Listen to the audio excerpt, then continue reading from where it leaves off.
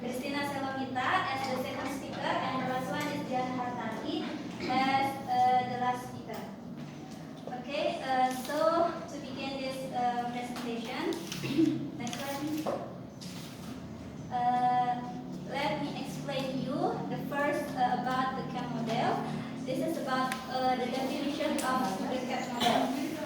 So the CAP instructional design model is a 9-step process for planning, training, and development initiative. It's more detailed than the AD model, supporting but iterative design and development of support resources for learners.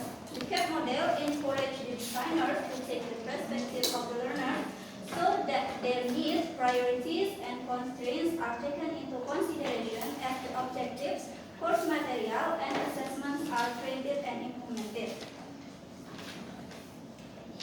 The model, also known as the Morris-Rose and Kemp or Mr. K instructional design model, and it is one of several widely used instructional design approach. In common with all instructional design, we must apply some basic questions in order to understand where we are going. The first question is, who exactly is our learner? The second is, what is their nature, their needs, and their characteristics? The second question is, what do we want the learner to be able to do? This question leads us directly to our learning objectives. The third question is, how is the subject content or skills best learned? This will lead us to teaching and learning methods and activities. And finally, how will we determine the extent to which the desired learning has been achieved? The emphasis of this model is to interdependencies of each of the steps in the process with the belief that instructional design is a continuous cycle with revision being an ongoing process to improve and adjust as needed.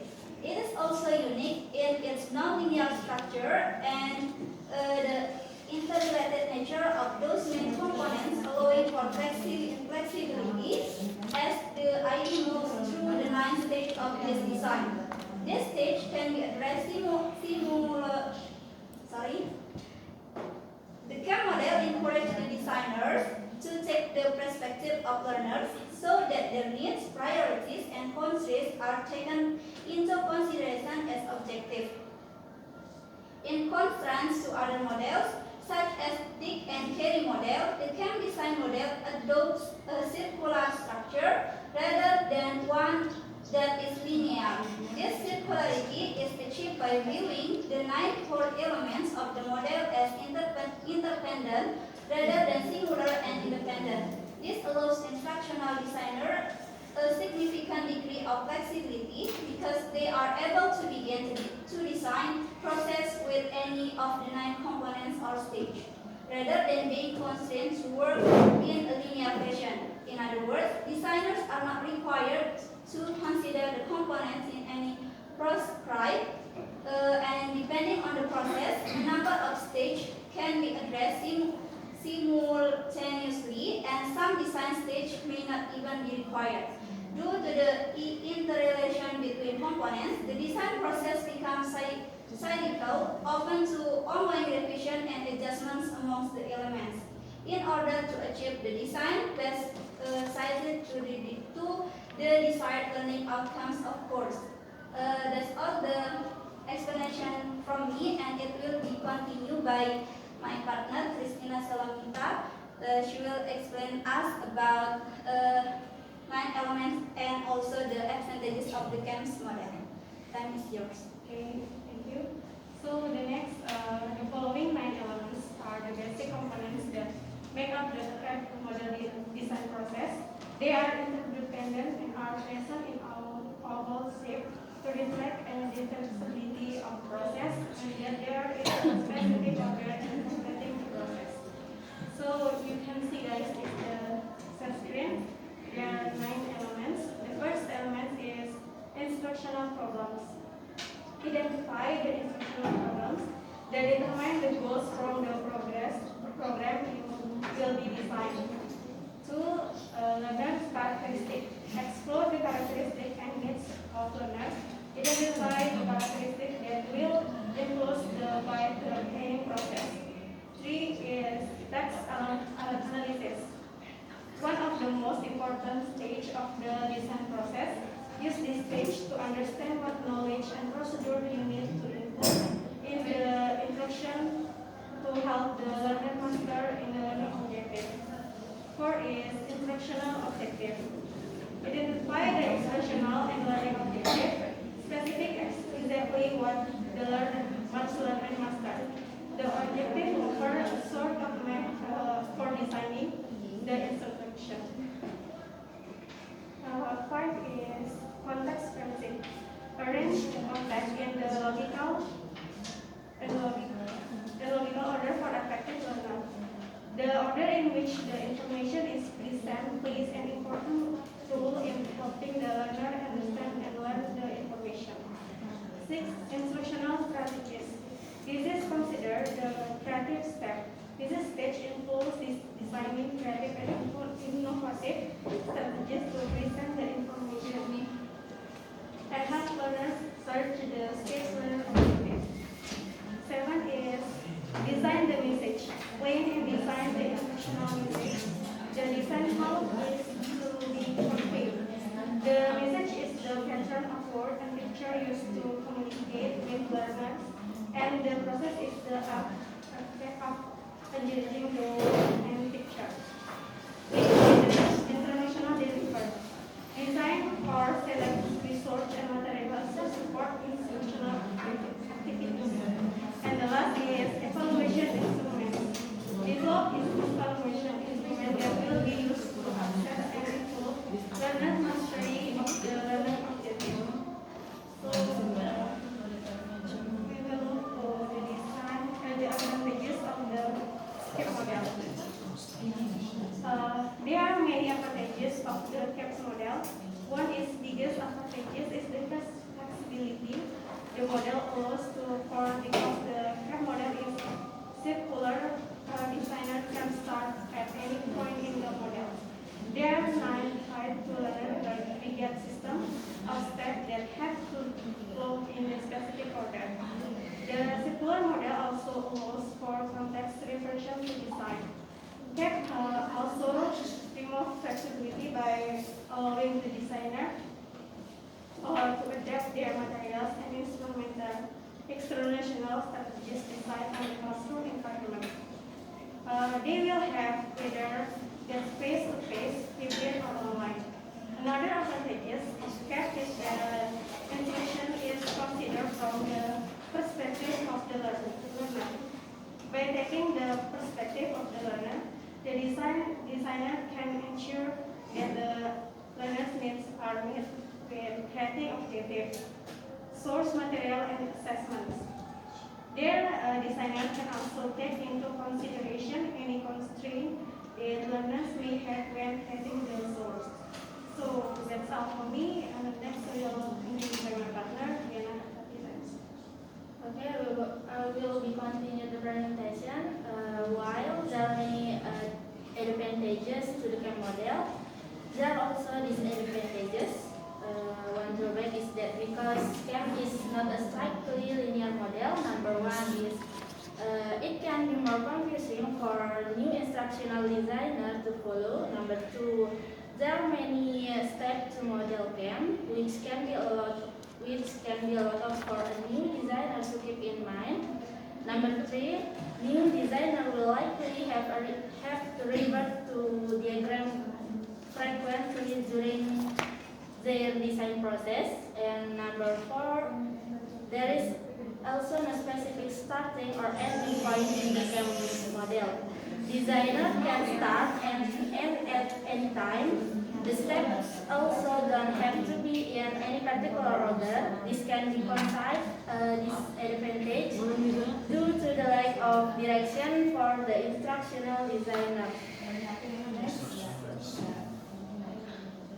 Okay, these are some of the media that can be used in learning to listening at school, including number one is video learning media, next music learning media, Number 3, film learning media. Number 4, podcast learning media. And the last, audio recording learning media. Next. Okay, here is a simulation of learning to listen to children using the CAM model. We call it listen and do simulation. Number 1, its purpose is to develop intuitive hearing and to present and practice structure and vocabulary. Number 2, children listen to children, give instruction and obey them. Number 3, prepare a list of comments related to the topic or subject. And the last, start with simple comments and continue with more complex comments. For example, in the class comments, stand up, sit down, please give me a pencil, open or close the door, raise your hand, touch your head, and the last comment is put your hands on your head. That's all. Okay, that's all the material and also the explanation from my group. Now we move to the question and answer session. May I? Yes, Kirana. Thank you. Should I stand up or can I just sit? Alright, thank you. Good afternoon everyone. My name is Kirana Putri Ramadhani and I'm from the 9th group and I would like to ask a question to group 6. Yes? So previously you showed us about the simulation on how to apply the CAM model in class, but I assume that is how you apply the method in a direct learning class, like here in the offline class. But as you know that now some classes are held online because of the virus and things. And my question is, how, according to your group, how do you going to apply the CAM design model in the e-learning? That's all from me. Thank you. Dalina, please. Thank you. Saya cowok sendiri loh. Oh ya, ada Okay. cowok sendiri angkat tangan. Yeah. Yes, please. Based on your evaluation, what do you think about what type of approaches Iya. in this presentation? Could you provide? Dewa.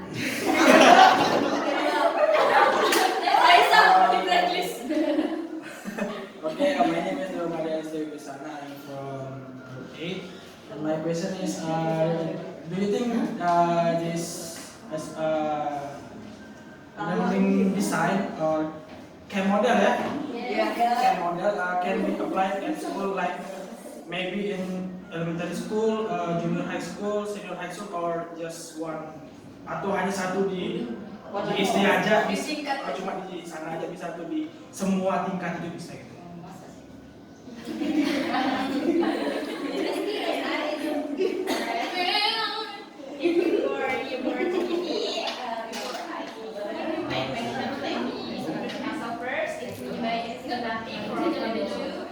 So I have a simple question actually. So my question is, what are the pros of CAM design model for your opinion? From your opinion, thank you.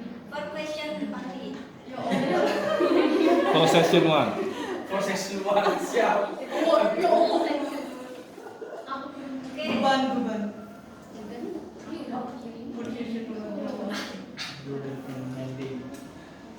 Okay, so now my group will answer all those questions. Jana will answer the one question first. Okay, I will answer the last question. Yes. Do you think that this CAM learning model can be applied? Attention, please. Attention. Can be applied at school, at elementary, junior high school, high school, Or senior high school. or senior high school. Okay, in our opinion, yes, because the learning design of the CAM model is designed to the basic of answering answer three questions. Number one is what students should learning. That is the learning objectives. Number two, what or how are the procedures and what learning research are appropriate to achieve the desired learning outcomes, namely the extension of activities, media, and research use. And the last, how do we know that the expected learning outcomes have been achieved and that can be obtained from the evaluation? Move to the other question. Okay, so I will answer the question by Besti. So the question is, what are the pros of KIP design model? So, KIP model encourage the designer to take the perspective of the learner. So that their Yes, sir. priorities and context are taken into consideration as the objective course material and assessments are created and implemented. Okay, so now the question from the Kirana. It asks how to apply the CAP design model in e-learning. So there are some steps that we can do to apply the CAP model in e-learning. The first one is we need to identify learning goals and potential obstacles. The first step in the CAP design model is to identify the learning goals and then pinpoint any potential roadblocks that may stand in the way of achieving these goals. For example, online learners must develop effective communication skills. And the second one is research the audience. Once we determine the overall learning goals, we need to research the needs, preferences, and goals of our individual online learners. Learn as much as we can about their backgrounds, experience levels, and common traits. This data allows us to create more targeted learning content. For example, we can develop more advanced online training material for employees who already know the basics. The next step is gather resources and identify suitable e-learning activities. The third core element of the CAP design model is identifying which online resources and texts align with the overall learning objectives. It is usually involves gathering our existing assets, identifying the key takeaways, and choosing suitable e-learning activities. The purpose is to determine which text convey information in an easily digestible format. Number 4 is emphasize learning objectives and outcomes. Online learners must be aware of the learning objectives and desired outcomes before taking the learning course. As such, we need to clearly state how online learners will benefit from the learning experience and what they have to accomplish. For example, which skills or topics they must master upon completion of the e-learning course. Number 5 is develop a learning course content based on a specific sequence. The CAP design model suggests sequential content delivery. We should develop our e-learning course in such a way that online learners build on existing knowledge.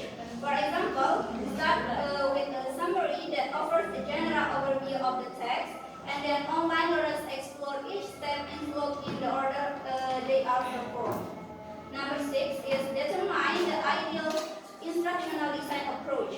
The sixth step is finding out which instructional design strategy is best for the subject matter and the audience.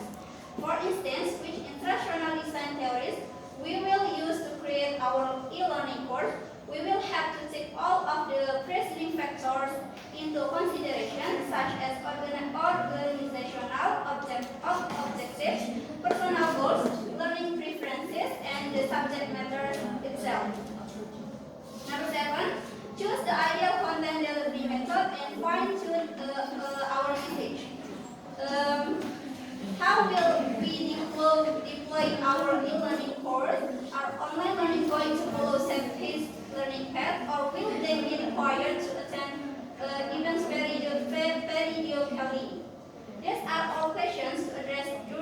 phase of the camp design model, and we must also determine the message we want to convey to our online learners. Number 8, provide support resources to online instructors and learners. And here are few support resources we may want to add to our e-learning course design, such as e-learning blogs, podcast series, and social media groups. And the last step is create an effective e-learning assessment plan. We need a way to evaluate online learner progress as well as the effectiveness of our e-learning course design. Thus, we must have an effective e-learning assessment plan in place that focuses on learning objectives. For example, how often we will assess online learners and which evaluation method is right for the text. That's all. Thank you. Your answer is really good. Excuse me, can you please send your answer through my WhatsApp so I can read it again later at home? Thank you. Okay, the last question from Ida.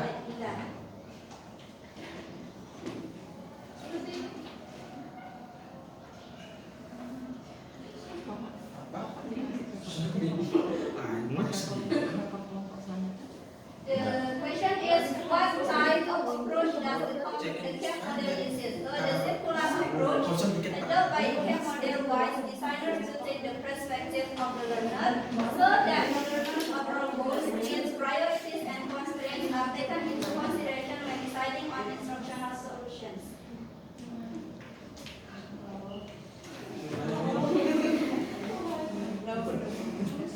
Okay, just use bahasa.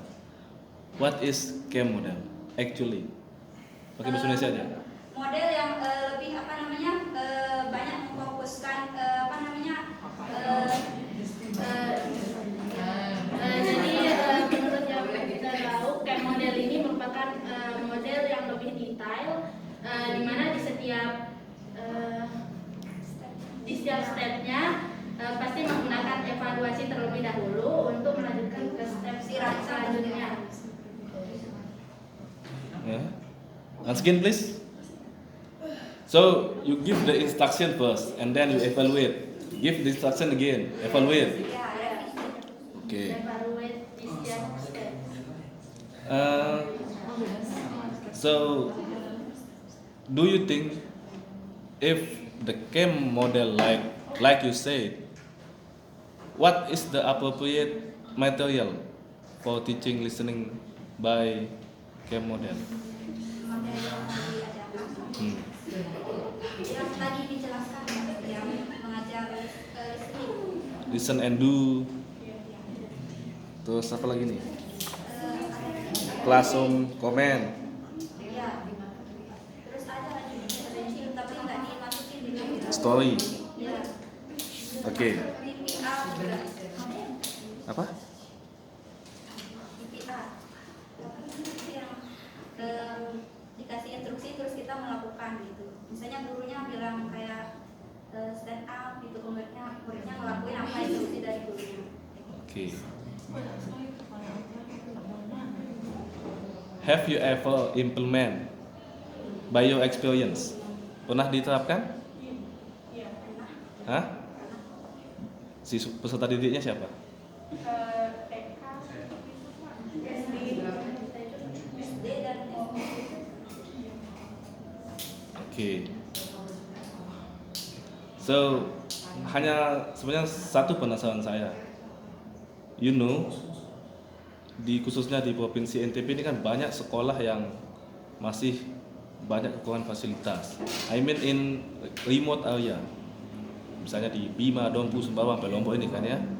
Nah, maksud saya ini media yang 5 ini menurut saya agak susah didapatkan oleh guru yang berada atau mengajar di remote area tersebut. Nah, misalnya di Sembalun, how you apply this video learning, music learning, film learning, podcast, and audio jika ingin mengajar speaking, listening? listening Pak. Ya, listening maksud saya. Ya memang kalau misalnya di area-area terpencil yang mungkin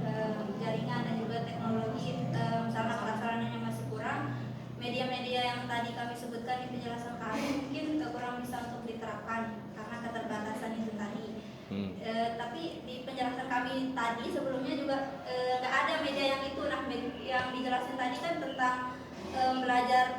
belajar listening itu memakai metode listen and do. Jadi gurunya itu walaupun nggak pakai media seperti media video, musik kayak tadi, masih tetap bisa mengajar siswanya. Misalnya untuk tingkatan yang masih basic, kayak gurunya cuma menyampaikan So by oral. ya by oral gitu, instruksi, terus muridnya itu melakukan perintah gurunya gitu, yang kayak tadi disebutkan. Oke. Cuma yang kami jelaskan tadi memang untuk sekolah-sekolah yang memang udah memadai. Kan walaupun banyak daerah-daerah terpencil kan masih banyak juga sekolah-sekolah yang sekarang udah maju, udah disediakan fasilitas-fasilitas yang mendukung untuk pembelajaran yang kami sebutkan dengan menggunakan media yang tadi. Ya, maksud saya begini kan, ya siapa tahu kan kalian ingin menjadi PNS. Bahasa Inggris, guru bahasa Inggris. Buku gitu, storytelling, terus Ya. Terus misalnya nanti kalian lulus di daerah pelosok, misalnya PNS-nya ini. Masa kalian harus memaksa pindah untuk ke sekolah yang memadai, sedangkan kalian harus menerapkan pengetahuan ataupun skill yang telah kalian dapatkan di bangku kuliah ya untuk menguasai lingkungan di penempatan kalian itu. Jadi itu maksud saya. Jadi tidak hanya berpatokan pada sekolah-sekolah yang memang secara fasilitas itu sudah mendukung, sudah ya semuanya sudah ada lah gitu. Tapi bagaimana juga kita memberdayakan sekolah yang memang belum ada fasilitas untuk mendukung misalnya listening by kayak model itu. Oke, thank you. Any more question? Alhamdulillah. Boleh 2 question Pak? one question. Gini loh, kan tujuan presentasi ini untuk menjelaskan cat model. Jadi poinnya itu agar kita semua mengerti. Kalau masih ada pertanyaan-pertanyaan berarti kita belum mengerti. Dan tidak bisa dipadukan satu pertanyaan kalau kita masih banyak tidak mengerti. Artinya presentasi Anda. Tidak usah takut, nanti pasti saya minta temannya juga yang bantu. Kan kita hanya diskusi aja, bukan ujian. Ya. Dua boleh. Indonesia please biar kita lebih paham. Oke. Perkenalkan, nama saya Bayi Aisyah dari kelompok 8. Saya ingin bertanya 2 pertanyaan. Yang pertanyaan pertama, tadi di section keunggulan atau advantage-nya, teman-teman bilang kalau ada constant revision. Kalau menurut saya, kalau constant revision itu gimana ya? Kalau constant revision itu bukannya terkesan labil, jadi nggak punya fix step-nya gitu. Nah itu satu. Nah pertanyaan saya yang kedua, tadi di bagian disadvantage-nya, kekurangannya, ada bilang non-requisite step atau unnecessary step atau beberapa step yang nggak perlu lah unnecessary. Jadi tadi teman-teman nggak ngejelasin apa aja non-requisite step itu atau unnecessary step itu, dan kalau kita reduce stepnya, kalau kita mengurangi step dari ini CAP model ini, apakah ada efeknya ketika kita mengaplikasikannya ke siswa-siswa? Terima kasih. Ya, kita tampung dulu pertanyaan. Iya. Tiga pertanyaan dan kita. Assalamualaikum warahmatullahi wabarakatuh. Saya Anissa Kamila. Well, actually I only have a simple questions for this group. Ya. Yang benar. So, as what you have explained to us, the CAM models have have 9 elements. And the first element, the focus is on defining the learning outcomes for the course. So, could you please tell us what are the things that includes on the elements? Thank you.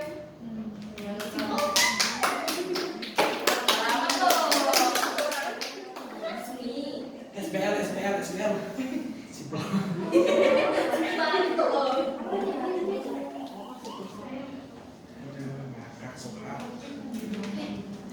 Okay, the answer not only based on the group presentation. If you have opinion, suggestion to your friend, question,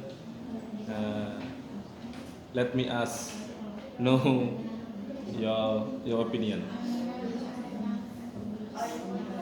Jadi supaya tidak bergantung hanya dari kelompok, bagi yang punya pandangan, opini boleh disampaikan.